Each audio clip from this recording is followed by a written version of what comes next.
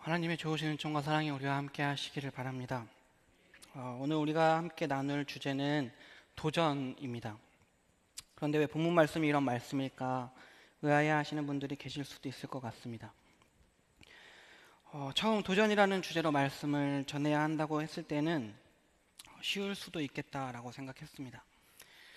왜냐하면 우리는 나 오늘 도전받았어 라는 말을 자주 하기 때문입니다. 그래서 도전되는 말씀으로 내가 도전받았던 말씀으로 함께 말씀을 나누면 되겠다라고 생각했습니다.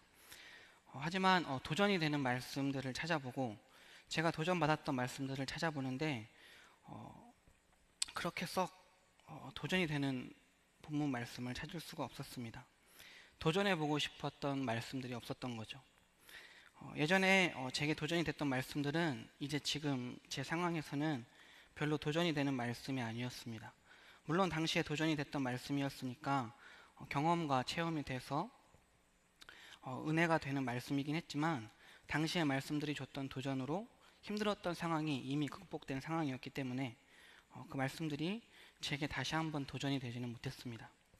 그렇게 점점 말씀은 준비해야 하는데 본문은 정하지 못해서 시간은 가고 하루 이틀 시간이 지나면서 마음이 점점 초조해지기 시작했습니다.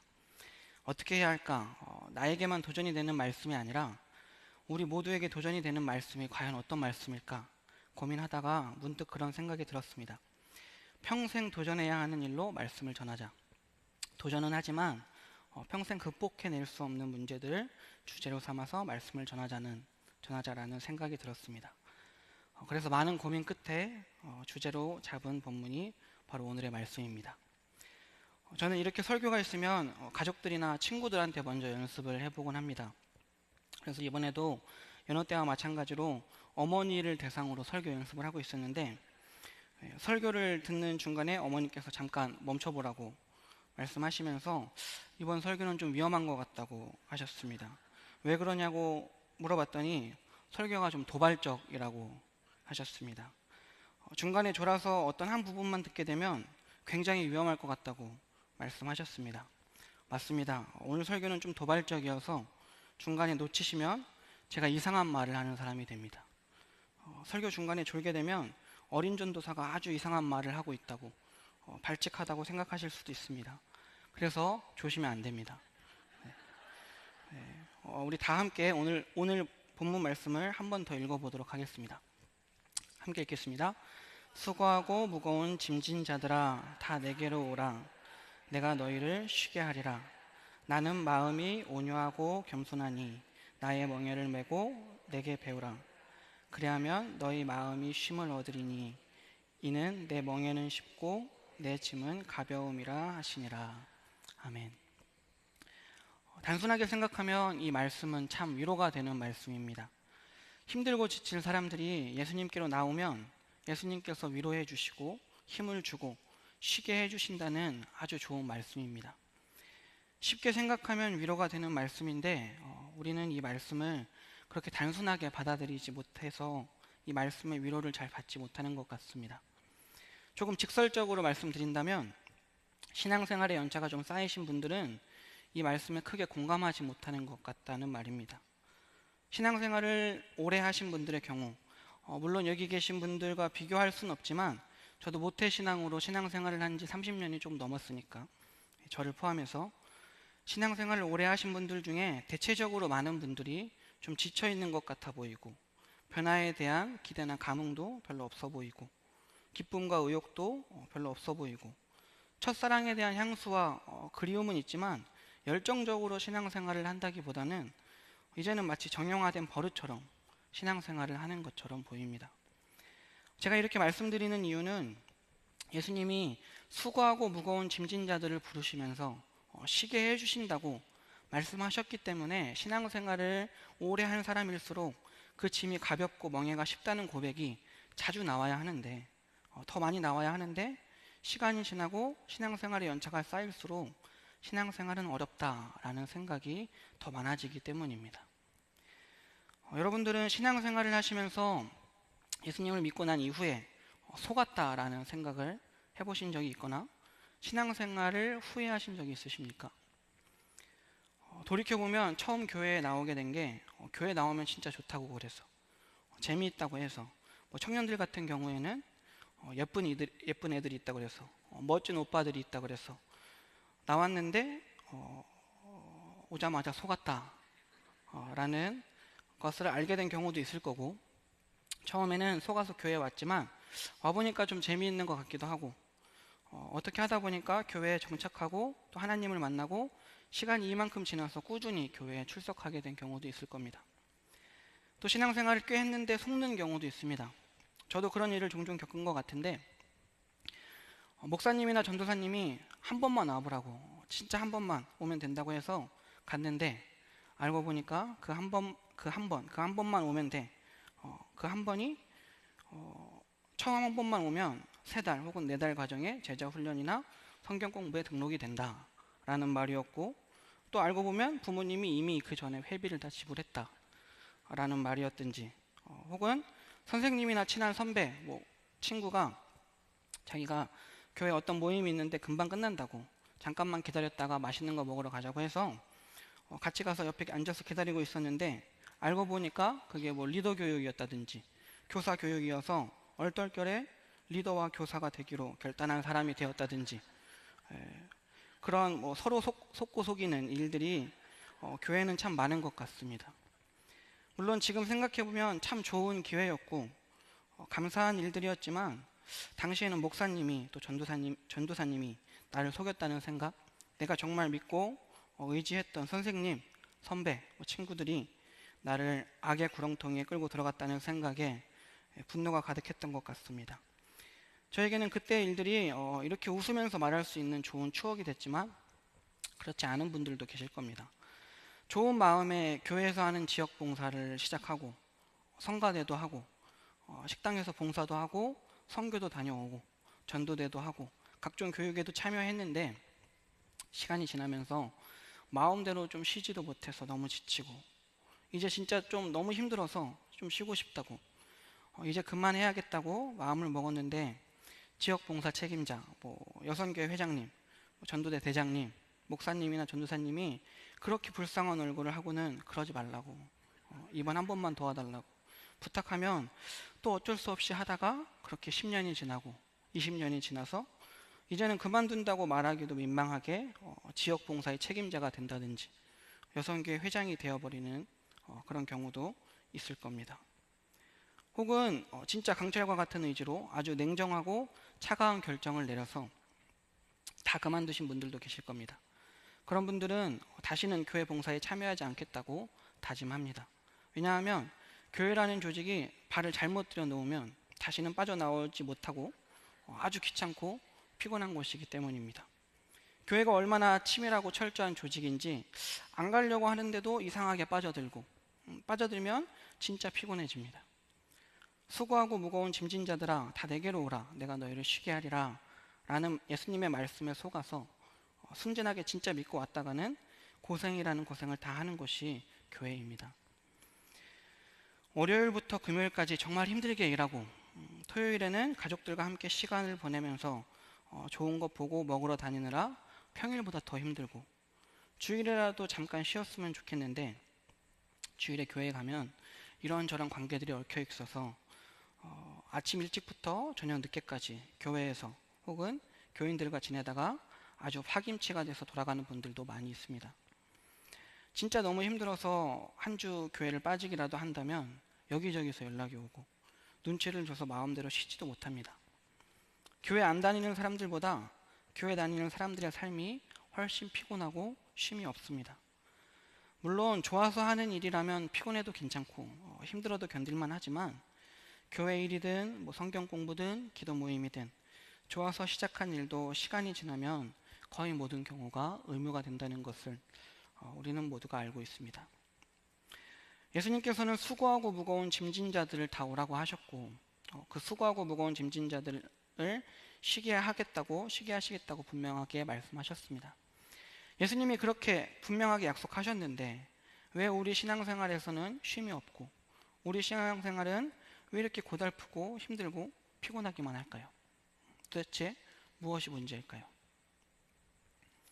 이 질문에 답이 될 만한 몇 가지가 있는데 그 중에 하나는 교회가 예수님의 말씀을 실천하지 않고 있다는 것입니다.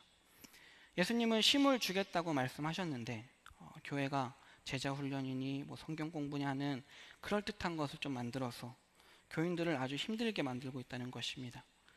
예수님께서는 쉼을 주기 원하셨는데 교회 지도자들이 자꾸만 쉬지 못하게 일을 시킨다는 겁니다.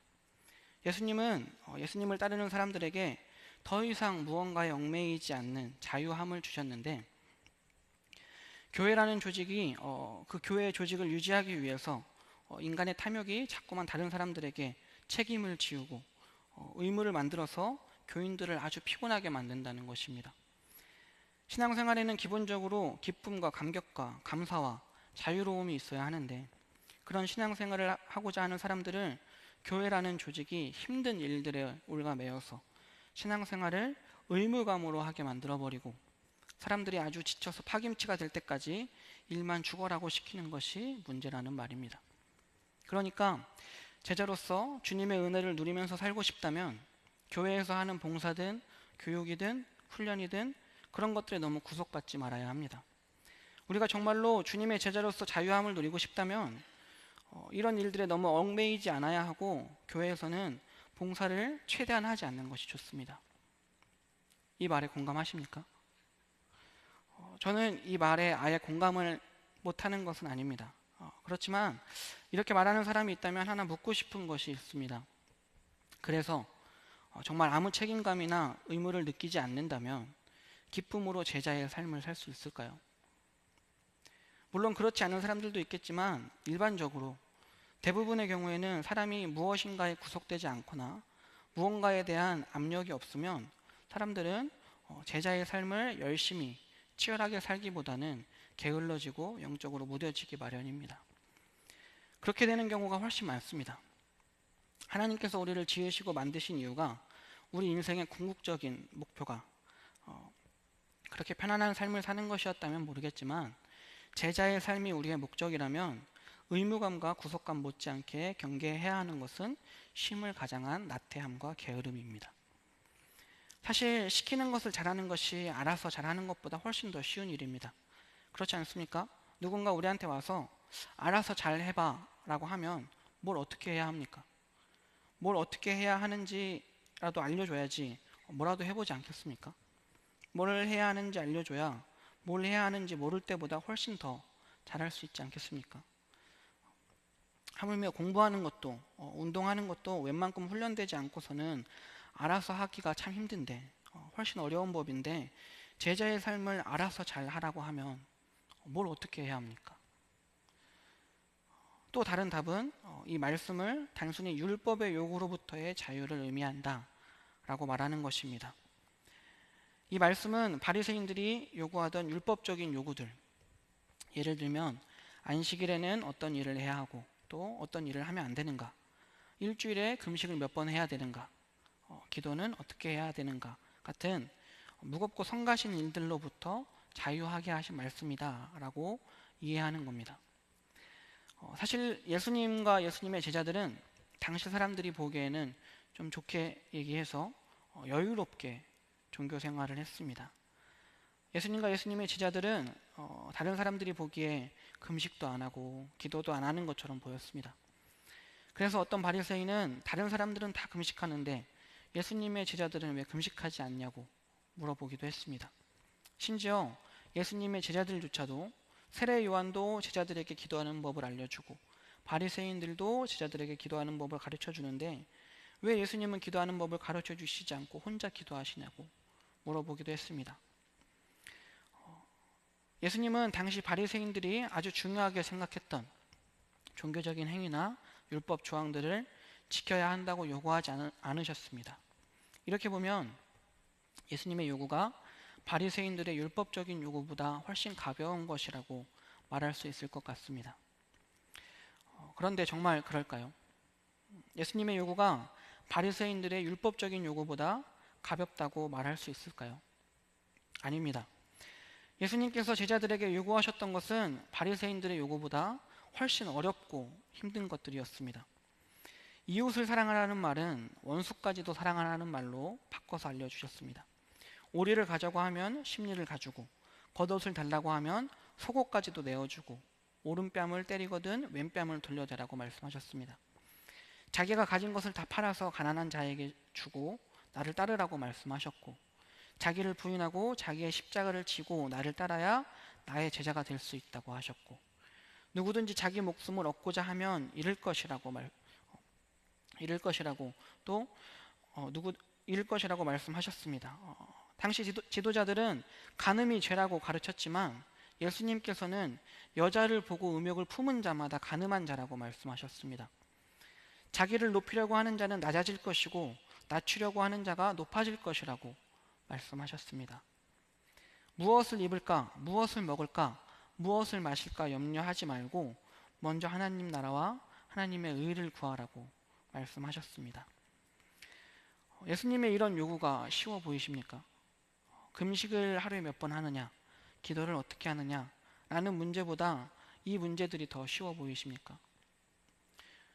예수님의 요구는 사실 훨씬 더 부담스럽고 힘들고 어려운 요구입니다. 예수님의 요구가 굉장히 부담스러운 것은 사실이지만 이 예수님의 요구를 빠져나갈 방법은 있습니다. 바리새인들의 율법적인 요구는 절대적인 의무로 요구된 것이지만 예수님이 말씀하신 것들은 은혜에 대한 자발적인 반응으로 나타나는 것입니다. 다시 말하면 바리새인들의 요구는 무조건 지켜야 하는 의무이지만 예수님의 요구는 무조건 지켜야 하는 의무는 아니라는 것입니다. 그렇게 본다면 예수님께서 말씀하신 제자의 삶에 대해서는 부담을 느끼지 않으셔도 됩니다. 그렇게 하면 예수님의 짐이 가볍고 쉬운 이유는 강요되거나 요구되는 것이 아니라 자발적인 것이기 때문이 됩니다.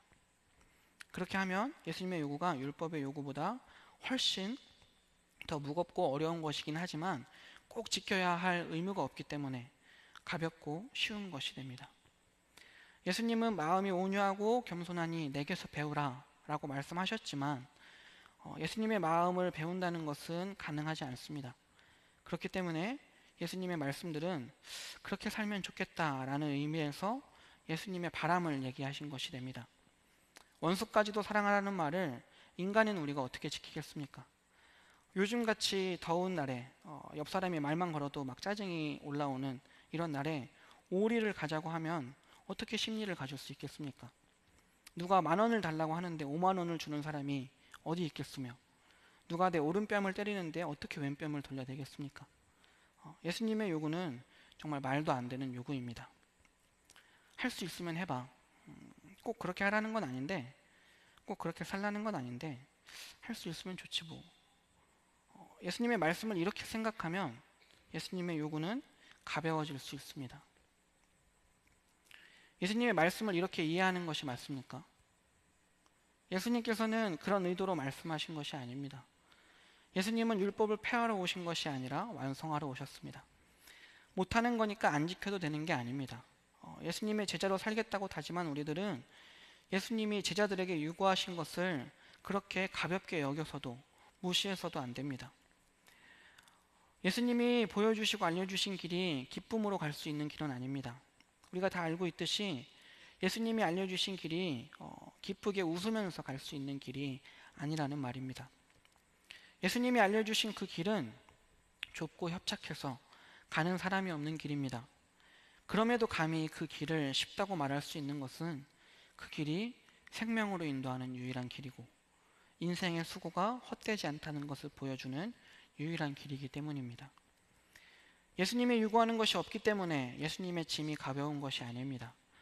예수님의 짐이 가볍고 멍에가 쉬운 이유는 거기에 해답이 있고 끝이 있기 때문입니다. 우리는 행복하려고 정말 애를 쓰고 수고도 많이 하지만 우리의 힘으로는 아무리 애를 써도 행복할 수가 없습니다. 잠시 행복감을 느낄 수는 있지만 사람은 궁극적으로 자신의 힘으로는 행복할 수가 없습니다. 쾌락을 누리면서 살아도 더 많은 것을 가져도 그렇게 하면 할수록 결국은 허무하기만 할 뿐입니다. 이 문제를 해결하기 위해서 어떤 사람들은 자신들이 믿는 신에게 제물을 바쳤습니다. 자신들이 가장 아끼는 것들을 바쳤습니다. 특별히 유대인들은 율법을 지킴으로 이 문제를 해결하려고 했지만 그렇게 하면 할수록 그것은 아무리 해도 해결되지 않는 일이라는 것을 더 느낄 뿐이었습니다. 무엇을 아무리 해도 다 헛수고일 뿐이었습니다. 사람이 아무리 애를 쓰고 발버둥을 쳐도 모든 것이 다 헛수고일 뿐입니다. 인생의 수고의 짐이 무거운 것은 그 짐이 해결이 없고 끝이 없기 때문입니다. 그렇기 때문에 모든 수고는 다 헛될 뿐입니다. 예수님께서는 모든 인생을 가리켜서 수고하고 무거운 짐진 자들이라고 부르시면서 친히 우리를 위해서 죽음과 심판의 문제를 해결해 주심으로 우리에게 진정한 쉼과 자유를 주셨습니다. 그런데 기독교는 예수님이 해결하신 이 죽음과 심판의 문제를, 구원의 문제를 너무 단순하게 사후의 문제로 만들어 버렸습니다. 기독교인들에게 왜 예수를 믿느냐라고 물어보면 구원을 받기 위해서라고 대답하는 사람들이 적지 않습니다. 이 말을 다시 말하자면 예수를 믿는 이유가 죽어서 천국에 가기 위함이다 라고 말하는 것입니다. 이 땅에서 사는 동안에 참 기독교인으로 제대로 살아가기 위해서 믿는 것이 아니라 죽어서 천국에 가기 위함이다 라고 말하는 것입니다. 천국에 가기 위해서 예수를 믿는다는 말이 아주 틀린 말은 아닙니다. 그런데 동시에 정말 위험한 말이기도 합니다. 정말로 예수님을 믿는 궁극적인 목적이 죽어서 천국에 가기 위함입니까? 많은 교회들이 또 많은 목회자들이 예수를 믿으면 구원을 받아서 죽어서 천국에 간다 라고 가르쳤습니다. 마치 그것이 전부인 것처럼 그것에만 집중해서 그것이 마치 예수를 믿는 궁극적인 목적인 것처럼 가르쳤습니다. 예수를 믿는 궁극적인 목적이 단순하게 구원받아서 죽고 나서 천국에 가기 위함이라고 가르쳤던 것은 기독교인의 삶을 두 개로 분리시켜 버렸습니다. 예수를 믿고 구원을 받는 것과 그래서 우리가 어떻게 살아야 하는가를 아예 다른 문제로 만들어 버렸습니다. 예수를 믿는 궁극적인 목적이 천국에 가는 것이라는 이 오해는 사람들이 거룩하게 살지 못하는 삶을 합리화시키는데 아주 큰 일조를 했습니다. 구원을 받는데 혹은 천국에 가는데 지장이 없다면 거짓말을 좀 해도, 남의 것을 빼앗고 훔쳐도, 사기를 치고 좀 악하게 살아도, 다른 사람들을 못살게 굴고 괴롭혀도, 아주 불의하게 산다고 해도 예수를 믿기만 하면 천국에 가는데 지장이 없으니까 어떻게 살든지 그건 별로 중요한 것이 아니게 만들어 버렸습니다.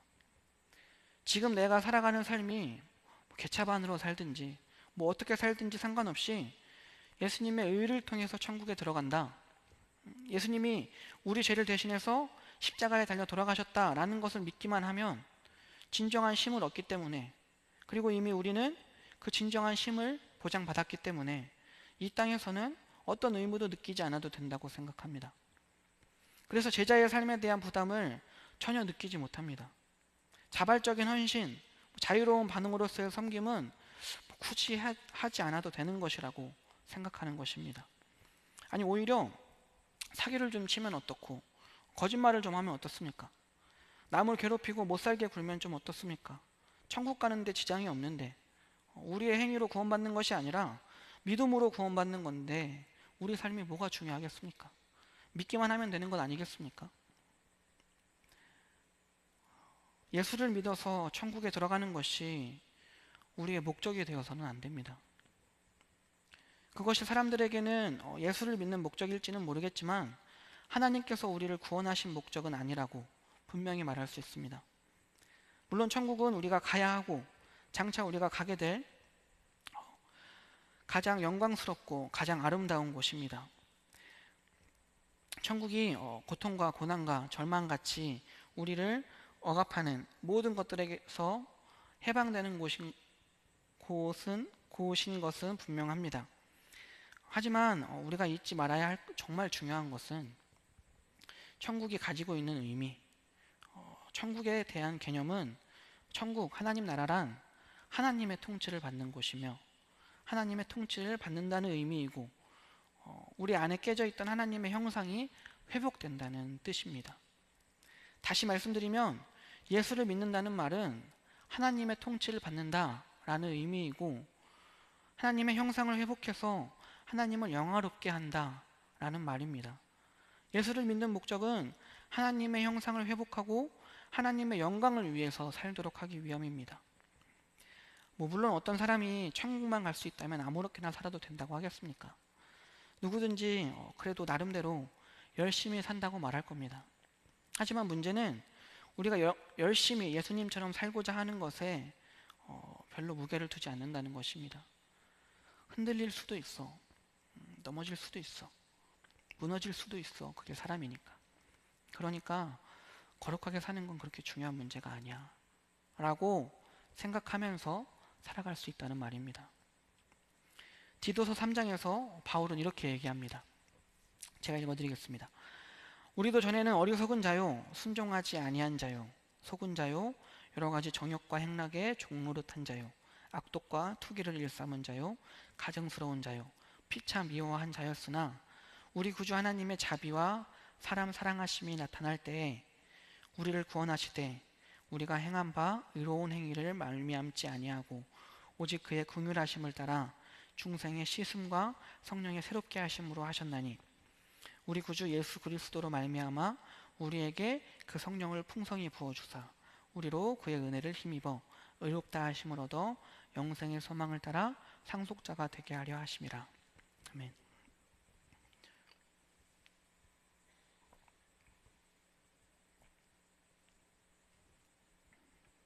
그리고 정말 중요한 또 의미심장한 구절이 이어집니다. 이 구절을 함께 읽겠습니다. 이 말이 미쁘도다. 원하건대 너는 이 여러 것에 대하여 굳세게 말하라. 이는 하나님을 믿는 자들로 하여금 조심하여 선한 일을 힘쓰게 하려 함이라. 이것은 아름다우며 사람들에게 유익하니라. 아멘. 바울은 사람의 행위로 구원을 받는 것이 아니라 믿음으로 구원을 받는 것이라고, 우리가 천국에 가는 것은 우리의 행위가 아닌 예수 그리스도를 믿음으로 가는 것이라고, 우리가 이 세상에서 잘 살았다고 의롭게 살았다고 구원을 받는 것이 아니라 그리스도께서 우리를 위해 우리의 죄를 대신해서 십자가에 달려 죽으심으로 우리의 죄를 사하셨기 때문에 우리가 구원을 얻은 것이라고, 우리가 영생의 상속자가 된 것은 하나님의 은혜라고 굳세게 주위 사람들에게 전하라고 말합니다. 하나님의 은혜로 우리가 구원을 받았다는 복음의 메시지를 전하고 또 전하라는 말씀입니다. 계속해서 주위에게 전하라는 말씀입니다. 왜 바울은 복음을 계속해서 전해야 한다고 말하고 있을까요? 바울은 이어서 그 이유에 대해서 설명해 줍니다. 하나님을 믿는 자들로 하여금 조심하여 선한 일을 힘쓰게 하려 함이라. 이것은 아름다우며 사람들에게 유익하니라.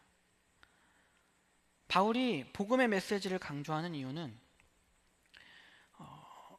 하나님을 믿는 자들이 천국에 가기 위해서, 사람들이 그걸 믿고 천국에 가야 되기 때문에 라고 말하지 않습니다.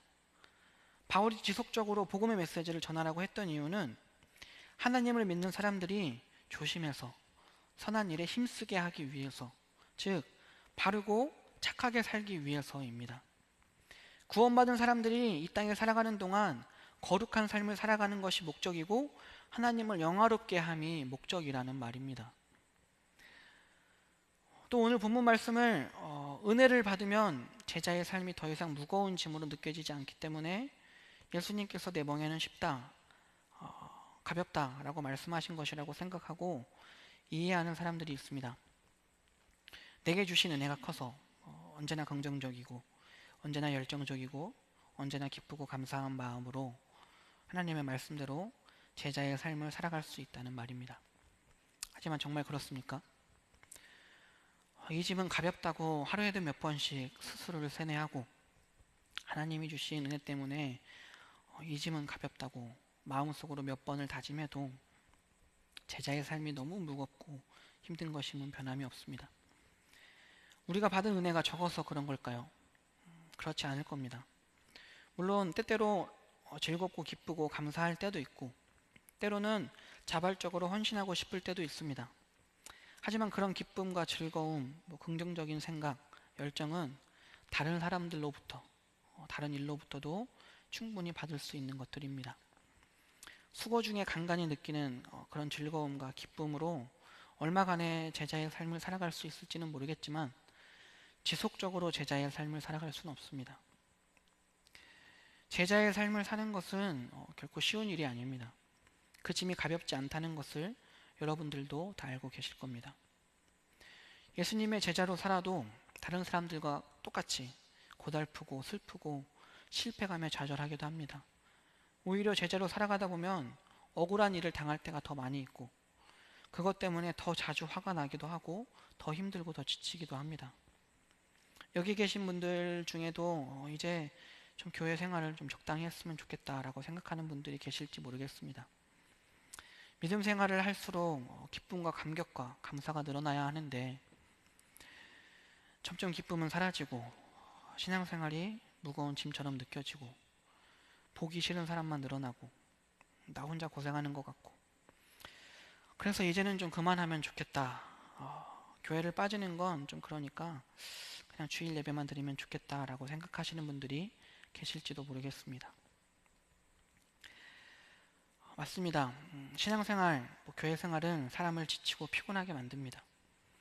그런데도 예수님은 내 멍에는 쉽고 내 짐은 가볍다라고 말씀하십니다.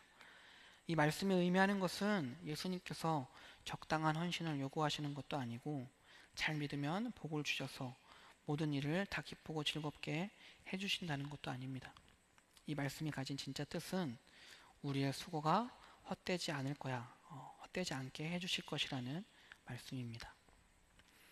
바울은 오늘 본문 말씀이 의미하는 말을 이렇게 표현했습니다. 생각하건대 현재의 고난은 장차 우리에게 나타날 영광과 비교할 수 없도다. 우리가 살아가는 인생의 수고를 헛되지 않게 하셔서 우리의 눈물을 닦아주실 영광의 잔치에 참여하게 하실 영광의 날이 있기 때문에 제자의 길을 가는 겁니다. 제자의 길이 쉬워서 가는 것이 아닙니다. 이 길은 협착하고 좁아서 찾는 사람들이 없는 길입니다. 그런데도 예수님께서 내 짐은 가볍고 내 멍에는 쉽다라고 말씀하신 것은 언제나 기쁘고 감사해서가 아니라 그 수고가 헛되지 않을 것이기 때문입니다. 우리의 수고가 헛된 수고가 되지 않을 것을 믿기 때문에 예수님이 삶으로 직접 보여주시고 알려주신 우리에게 살아내라고 요구하시는 제자의 삶을 살아내고 버틸 수 있는 것입니다. 대표적으로 바울은 복음을 전함으로 고통스러운 삶을 살았고 고난의 길을 걸었습니다. 바울은 복음을 전하면서 40대에서 한 대를 감해준 태형을 당했습니다. 당시 로마 사람들은 사람이 40대를 맞으면 죽는다고 생각했습니다. 그래서 40대에서 한 대를 빼준 것입니다. 이 말을 바꿔서 말하면 죽기 직전까지 매를 맞았다는 것입니다. 그렇게 바울은 5번을 맞았습니다. 바울이 죽기 직전까지 매를 맞으면서도 나를 구원하신 하나님의 은혜가 너무 기뻐서 감사해서 막 웃었겠습니까? 섬과 감옥에 갇히기도 하고 태풍을 만나서 죽을 뻔한 상황 속에 바울이 미친 사람처럼 막 기뻐하고 웃으면서 그 사역을 감당했겠습니까? 바울은 자신이 사역을 감당하면서 겪었던 고초와 어려움들을 고난이라고 표현합니다. 그렇게 고난이라고 부르면서도 바울은 말하기를 생각하건대 현재의 고난은 장차 우리에게 나타날 영광과 비교할 수 없도다 라고 말한 것입니다. 다른 사람들에 비해서 더 가벼운 마음으로 살기 때문에 적당히 믿어도 되기 때문에 내 짐이 가볍다 라고 말한 것이 아니라 그 영광스러운 영원한 삶에 비교해서 내 고난은 가볍다 라고 말한 것입니다. 그러므로 예수님의 말씀은 제자의 삶을 적당히 살아도 된다는 말일 수 없습니다. 내 멍에는 쉽고 내 짐은 가볍다라는 말은 아무것도 하지 않고 편리와 쾌락을 위해서 아무렇게나 살아도 그냥 믿기만 하면 되는 것이라서 쉽다고 한 것이 아니라 그것이 사람에게 생명을 주는 유일한 참 길이기 때문에 쉽다고 하신 것입니다. 현재의 고난은 우리가 장차 누릴 은혜로 주어진 영광과 비교할 수 없는 것이어서 쉽다고 말씀하신 것입니다. 이 세상에서 제자의 삶을 살아내기란 참 쉽지 않은 일입니다. 절대로 쉬운 일이 아닙니다. 원수를 사랑하고 가난한 사람들을 돌보고 세상의 것에 욕심을 부리지 않고 우리가 가진 것을 나누는 일은 정말 쉬운 일이 아닙니다. 그런데도 우리는 너무 쉽게 살지 않았습니까? 예수님을 믿는다고 하면서 예수님처럼 사는 건 불가능한 일이니까 라고 스스로를 위로하고 합리화하면서 예수님께서 요구하신 것들을 외면하면서 살진 않았습니까? 우리가 살아가고 있는 환경과 우리의 삶을 하나님 나라로 만들기보다는 그저 우리가 죽어서 갈 하나님 나라를 기대하면서 살아오진 않았습니까? 우리 삶을 다시 한번 돌아보길 바랍니다. 예수님은 나는 마음이 온유하고 겸손하니 나의 멍에를 메고 내게 배우라 라고 말씀하셨습니다. 보네퍼 목사님은 나의 멍에를 메고 내게 배우라 라는 이 예수님의 말씀을 예수님과 함께 예수님의 멍에를 메고 예수님의 발에 발맞추어 가자는, 더 이상 예수님과 떨어질 수 없게 같이 예수님의 멍에를 메고 예수님께 꼭 붙어서 함께 가자는 예수님의 초청이다 라고 해석했습니다. 저는 오늘 우리가 읽은 본문 말씀이 물론 우리의 수고가 헛되지 않을 것이라는 엄청난 위로의 말씀이기는 하지만 우리에게 도전이 되는 말씀이길 바랍니다. 헛되지 않을 것을 믿기 때문에 더욱 제자의 삶을 살아내는 우리가 되기를 바랍니다. 화살이 날아갈 때 우리 눈으로 보기에는 화살이 일직선으로 관역을 향해서 쭉 날아가는 것처럼 보이지만 화살이 날아가는 것을 초고속 카메라로 촬영해서 보면 물고기가 헤엄치는 것처럼 구불구불거리면서 날아가는 것을 확인할 수 있습니다. 궁수의 손을 떠난 화살도 관역에 꽂히기 위해서, 자신이 가야 할 목표에 이르기 위해서 바람의 저항과 중력과 싸우기 위해서 몸부림치면서 노력합니다. 우리는 제자의 삶을 제대로 살아가고 있습니까? 우리의 삶이 고백과 삶이 따로 노는, 말과 행동이 따로 노는 삶이지는 않습니까? 삶이라는 것은 말과 마음의 변화만으로는 쉽게 변하지 않습니다. 삶의 변화는 결국에는 내 몸이, 내 행동이 바뀌어야 가능합니다. 제대로 살기 위한 몸부림이 없이는 예수님의 요구대로 또 제자로 살아갈 수 없습니다. 오늘 한 번 더 제자로 살아가기를 도전하십시오. 오늘 한 번 더 제자로 살아가기로 도전하십시오. 오늘 한 번 더 제자로 살아가기로 도전하십시오. 비록 오늘을 살아내기에 너무 지치고 힘들더라도 오늘 한 번 더 제자로 살아가길 도전하길 바랍니다. 힘들더라도 제자의 삶을 살아내기를 원합니다. 우리가 우리 삶을 통해서 예수님이 말씀하시고 요구하신 제자의 삶을 살아낸다면, 예수 그리스도의 삶을 우리 삶으로 구현해낸다면, 우리가 살아낸다면 우리의 삶 자체가 하나님 나라가 될 것입니다. 그리고 하나님 나라를 이루기 위한 우리의 그 수고는 헛될 수고가 아닌 장차 우리에게 나타날 영광의 날에 하나님께서 우리를 향해서 잘했어, 정말 고생했다, 고마워 라고 위로해 주시고 칭찬받을 수고가 될 것입니다. 정말 쉽지 않은 제자의 삶이지만 그 제자의 삶에 매일 도전하는, 이 땅에서 우리 삶을 통해 하나님 나라를 이루는 예수 그리스도의 삶을 살아낼 우리에게 하나님의 놀라운 사랑과 은총이 함께 하시기를 바랍니다.